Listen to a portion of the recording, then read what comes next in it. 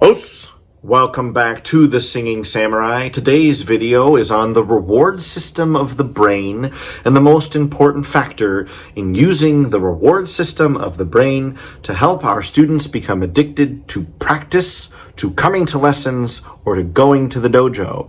To find out how, stick around.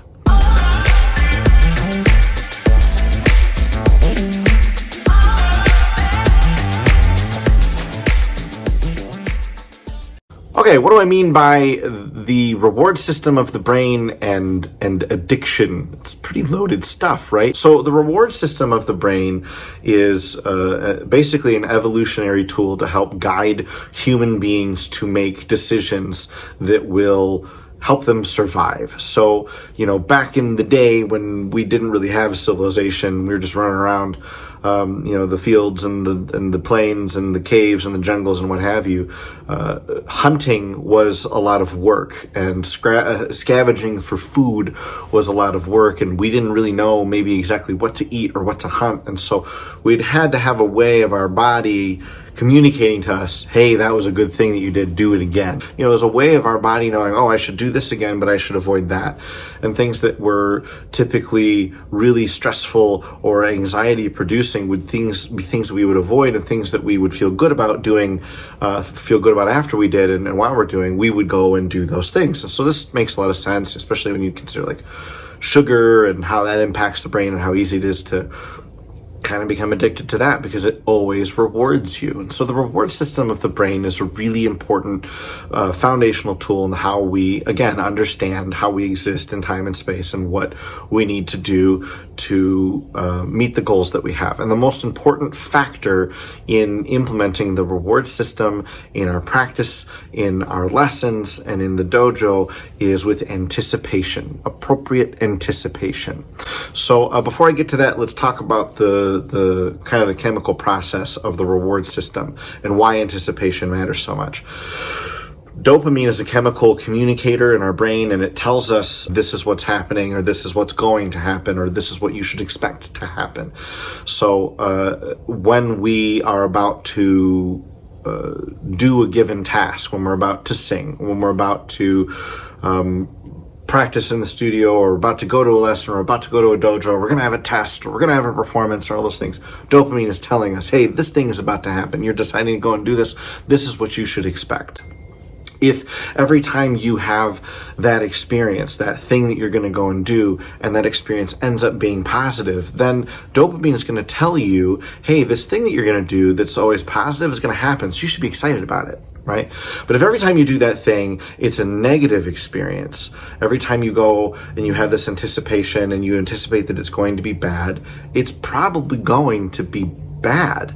And part of it's because of maybe likely because of the expectation being too high, but also because you've trained yourself to see that thing as a negative thing. So the anticipation of the event is as important, if not maybe even more important than how the event itself goes. In the studio, if you sign the wrong rep to your student, if it's just too hard and there are too many challenges, obviously every time that they practice, they're going to feel like they suck. But at the same time, if you assign them something that's so easy that there's no challenge involved, then they're not going to really feel like they're accomplishing anything either, even if they're singing really well. And even though something worse can happen, I had this happen with a student where because that happened, I assigned them something that was too easy, and then they didn't want to work on it because there wasn't a challenge. But then when they came to the lesson, they weren't prepared to sing it. It actually caused them to feel like they were just like a really terrible singer. It was just like complete opposite of the goal that I had in mind for the lesson. So like repertoire choice, you have to choose the rep that's going to appropriately push your student, but not too far. And then the way that you talk about, the way we talk about technique as teachers is really important. I always ask my students, was that easier or harder than the previous time that they tried to do something technical? And they usually respond with something like, oh, I think it was awful. I think it sounded bad, or something like that. I ask them, no, that's not what I'm talking about. I don't want you to tell me, what you think you did aesthetically. I want you to tell me what your experience of it. Was it easier to sing that way? Was it harder to sing that way? And then if they say it's easier, I say, well, hey, that's great. That's progress. And they feel good about it. It appropriately frames it. You're only trying to make progress. A little bit of progress every day is how you build technique, not leaps and bounds and breakthrough lessons, which are fun when they happen, but they're rare. But even if it's harder, they still make progress because, well, why was it harder? Well, I was tense here. Oh, okay. Well, let's remove that tension. Now we know that approach doesn't work. Good, we learned something. It's progress. Oh, I'm getting better because I'm learning things to avoid as much as I'm learning things to encourage. So the way that we frame the lesson and what we focus on and how big of a thing we focus on is really important as teachers in the studio, and it's really important as students too. We have to manage our own expectations.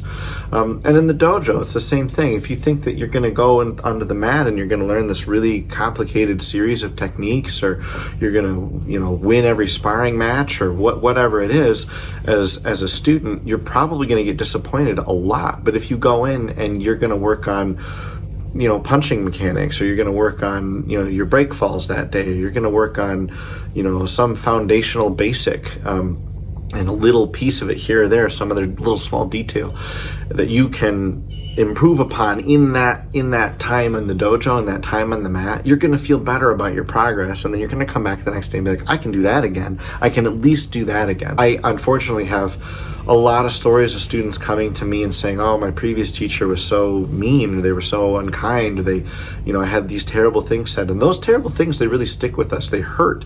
And the reason they stick with us is because they hurt. And so our brain says, ooh, avoid that again, because that was really painful. And we're going to remind you of that thing happening. It's going to stick with you so that you really avoid it because it was really painful. Do we want to be the people that do that as teachers? I certainly don't. So I focus a great deal of my effort in making sure that I set appropriate goals and expectations, and that when I give corrections, I give them in a positive way so that my student wants to come back. I mean, this seems pretty obvious, but it's not that obvious for a lot of folks, at least in my experience. Okay, so lastly, let's talk about how Aikido in the studio is a great, Yosokai Aikido is a great model for the studio. In Yosokai Aikido, the way that we teach Yosokai Aikido specifically, the teaching method developed by Takashi Kushida sensei, it addresses a couple of issues that happened back in Japan a long time ago.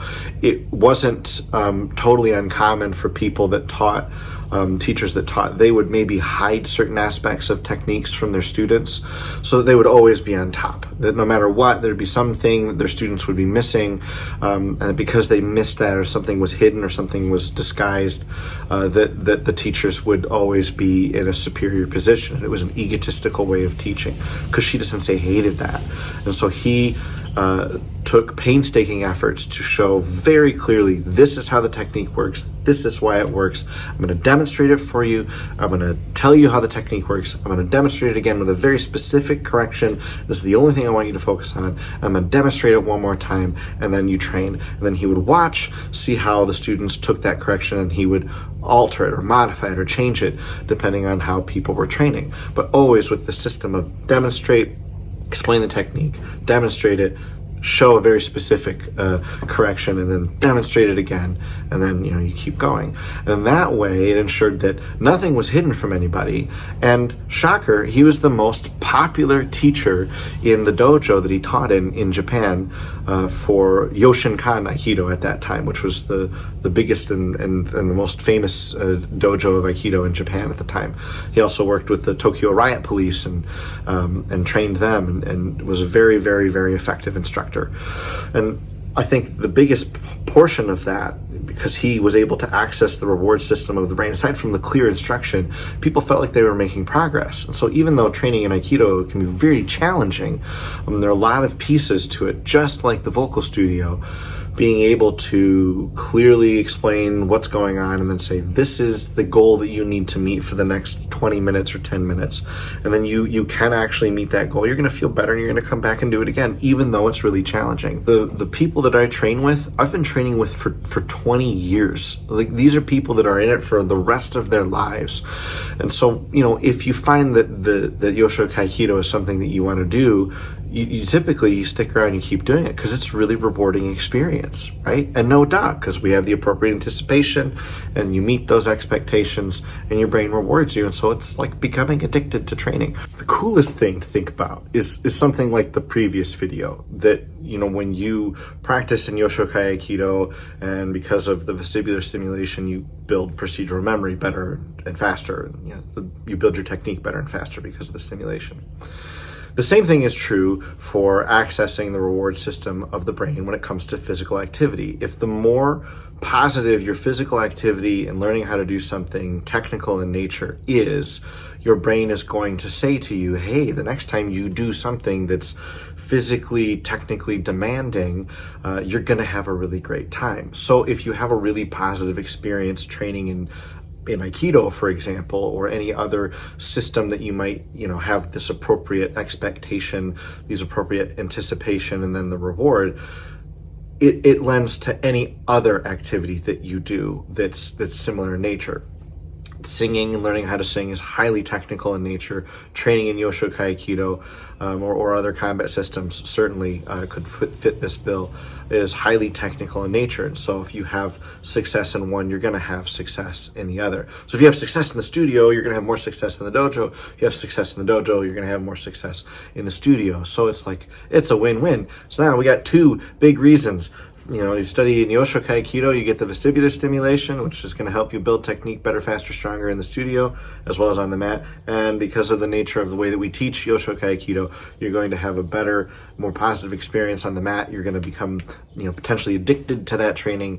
And then because of that positive experience in the reward system of the brain, you're going to have it with being in the studio as a singer as well, and vice versa. What teacher wouldn't want that? What teacher wouldn't want their students to pound down the door of the dojo, I want to train? Or what teacher wouldn't want their students to be at the studio being like, come on, I want to have a lesson. That was great. The last lesson was so much fun. There you have it. Anticipation, accessing the reward system, having appropriate expectations. You can get your students addicted to practice. If you have any questions, please put them in the comments below. Thank you very much. Os!